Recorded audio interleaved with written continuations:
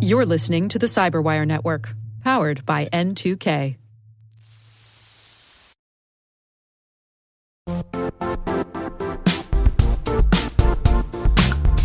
Now, a word from our sponsor, the Johns Hopkins University Information Security Institute, currently seeking qualified applicants for its innovative Master of Science in Security Informatics degree program.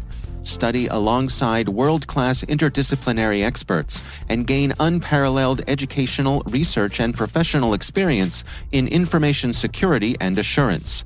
Interested U.S. citizens should consider the National Science Foundation's CyberCore Scholarship for Service program, which covers tuition and a $6,000 annual professional development allowance, as well as providing a $37,000 additional annual stipend.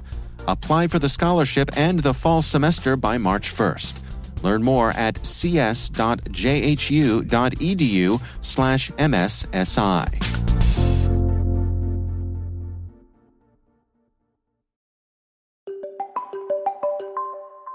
Hello, my name is Mike Fay. I'm a CEO and co-founder of an organization called Island.io.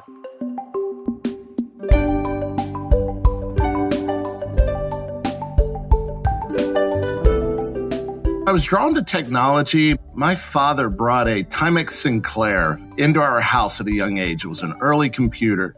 And I just loved being around that. I loved the technology aspect. I found all of that so intriguing. And I think I had a predisposition to the math and sciences that over time became my core focus. I actually wanted to be an astronaut when I was in college. I did not achieve that objective, but I got a degree in engineering physics, specifically with the idea of chasing that.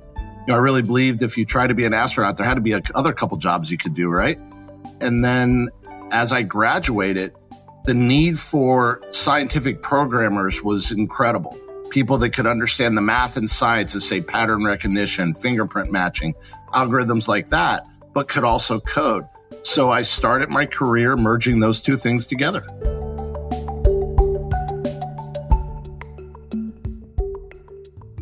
I started with Lockheed Martin, that amazing engineering organization that it is.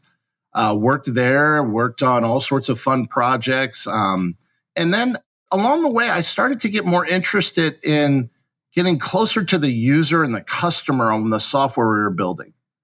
And I ended up transitioning from a developer to a systems engineer. For those that don't know, a system engineer is kind of the technical counterpart of a sales team. So I went to a company called Mercury Interactive that built automated testing. At that time, most testing was by hand for software. And we brought a product to market that allowed us to automate that and really change regression testing in a meaningful way. I worked my way up in that, becoming head of pre-sales or system engineering. Went to work at a company called McAfee. I was drawn to the people that were there and the opportunity to broaden myself beyond just system engineering, but into actual services and run a real P&L.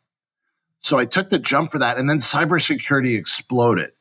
And I was at the right place at the right time to really be in part of a fun journey, which was, cybersecurity moving from a couple, black hats and white hats to a CISO, to the board. I worked my way up to be CTO of McAfee and then GM of the enterprise business. As Intel acquired McAfee, got to do those same roles underneath Intel. And then I stepped out of that and became president and COO of Blue Coat, which was a software gateway, a SWIG, as it were. We were acquired by Symantec. As part of that acquisition, I ended up running Symantec as president and COO. And then that led me to founding my own cybersecurity company with a great friend of mine, Dan Amiga. I make sure that we can sell that product, that we enable our customers, and that we hear what our customers are telling us. So I speak to customers probably 4 to 5 hours a day at least, showing the product, discussing their needs, their challenges, how we can deliver upon those, and then bring that information back internally, as well as spending time on fundraising and all the great things that you do as a startup CEO to kind of keep the engine moving. When you're a small organization getting started, you wear a lot of hats, and it's a lot of fun to do that, but very tiring. Especially in a startup, the highs are very high and the lows are very low.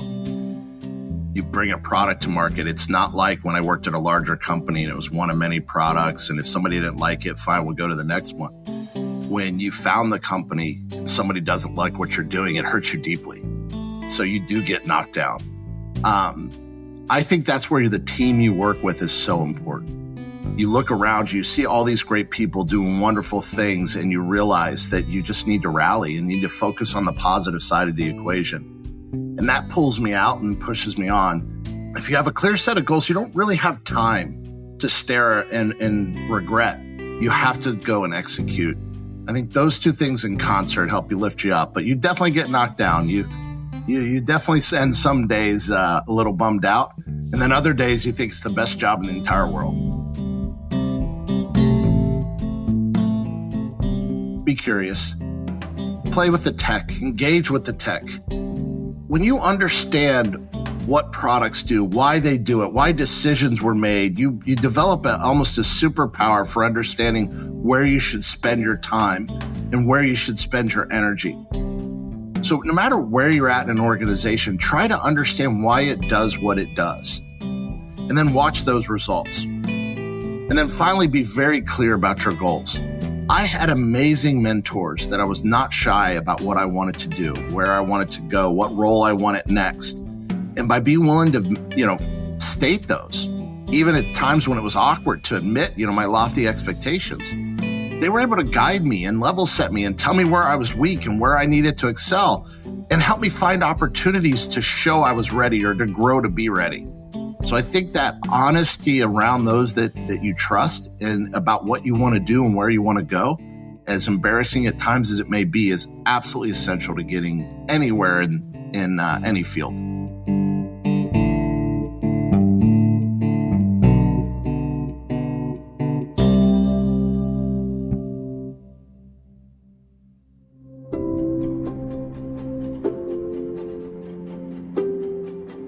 Cybersecurity is one of the most unique fields, I think, in IT, in that it redefines itself almost every couple of years.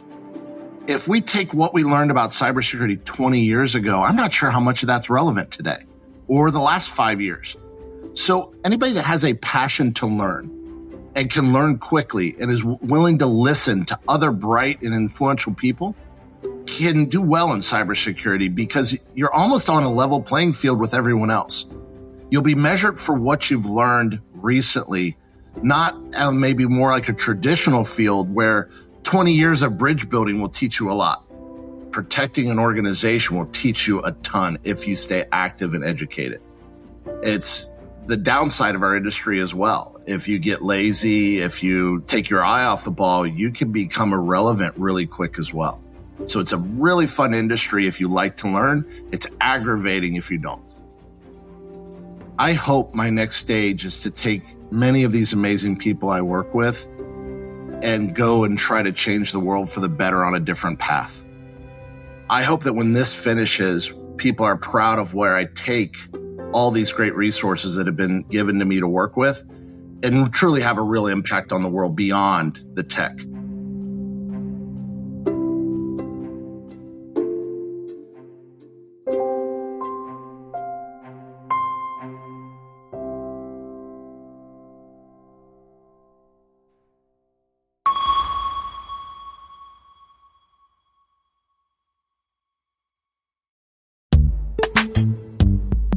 This episode is brought to you by Palo Alto Networks, the leader in cybersecurity. As AI-driven attacks increase, organizations can't afford to have network security that's stuck in the past. Discover how Palo Alto Networks can help you predict what's coming and proactively secure against it with a zero-trust, AI-powered network security platform built to secure whatever, whenever, wherever. To learn more, visit paloaltonetworks.com/network security platform.